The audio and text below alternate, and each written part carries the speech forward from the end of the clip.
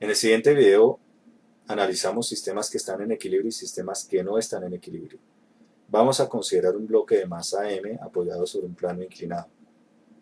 Dibujamos el diagrama de cuerpo libre del sistema. El peso, que es igual al producto de la masa por la gravedad. La normal, que es una fuerza perpendicular a la superficie de apoyo. Y la fuerza de fricción o fuerza de rozamiento F sub R. En un sistema coordenado XY, las componentes horizontal y vertical del peso son respectivamente mg seno de teta y mg coseno de teta. Estas componentes se hallan equilibradas con la normal y la fuerza de rozamiento. De esta forma, la magnitud de n es igual a la magnitud de mg coseno de teta y mg seno de teta es igual en magnitud a F sub R.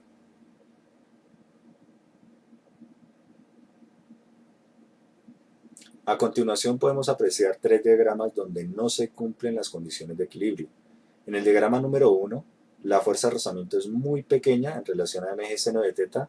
En el diagrama número 2, la normal es muy pequeña en relación a mg coseno de teta. Y en el diagrama número 3, ni siquiera hay fuerza de rozamiento que compense la componente horizontal del peso, mg seno de teta.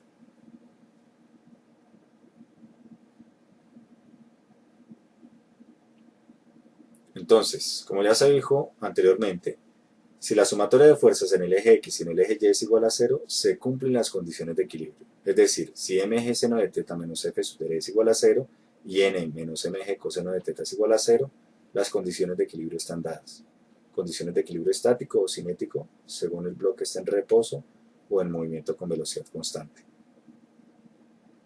A partir de dichas condiciones podemos obtener el valor de f sub r en términos de mg seno de teta o de f sub r en términos de mg coseno de teta.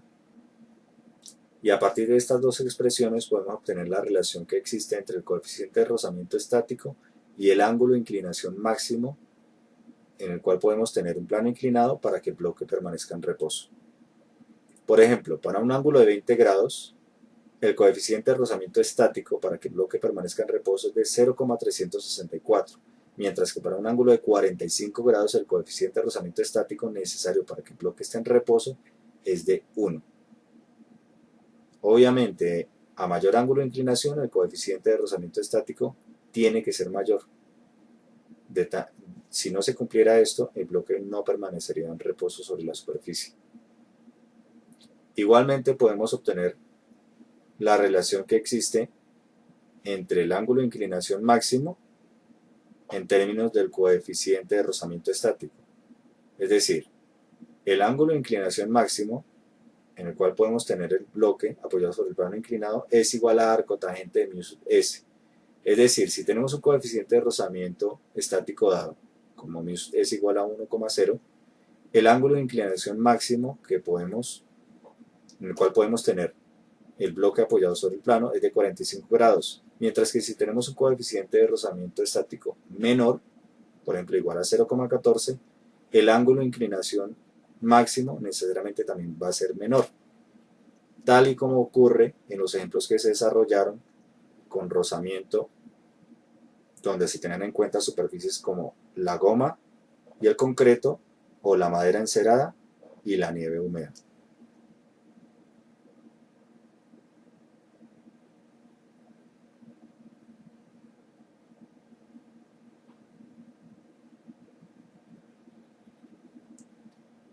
Bueno, a continuación apreciamos un sistema que no está equilibrado.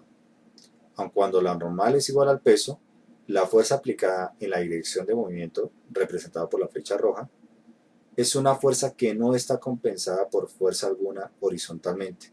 De esta forma, el sistema experimenta una aceleración en el eje X dada por F sobre m, mientras que la aceleración en el eje Y es igual a 0.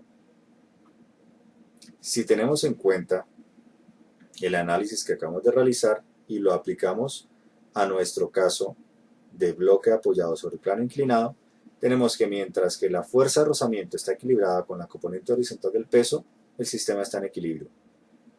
Si, por ejemplo, anulamos la fuerza de rozamiento, suponiendo, por ejemplo, que el plano inclinado es liso, o suponiendo que el coeficiente de rozamiento estático es muy pequeño, prácticamente despreciable, entonces tenemos que no hay ninguna fuerza que compense a mg seno de teta. De esta forma la sumatoria de fuerzas en el eje X va a ser diferente de cero.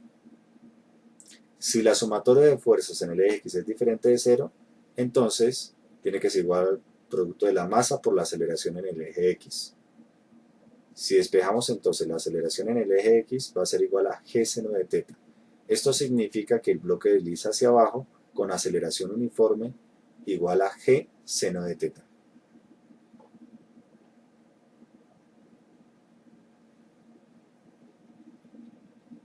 Por otra parte, también podemos suponer que la fuerza de rozamiento existe, pero es pequeña para compensar a mg seno de teta.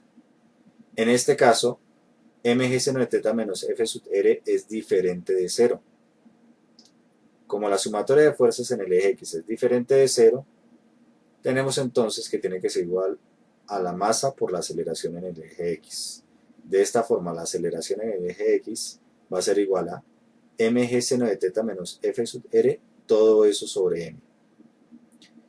Si analizamos un poquito más esta última expresión, podemos ver que si anulamos f sub r, obtenemos la relación que obtuvimos anteriormente para la aceleración del bloque sobre el plano inclinado sin fricción. Es decir, este es el caso general, mientras que si no consideramos la fricción, es el caso particular.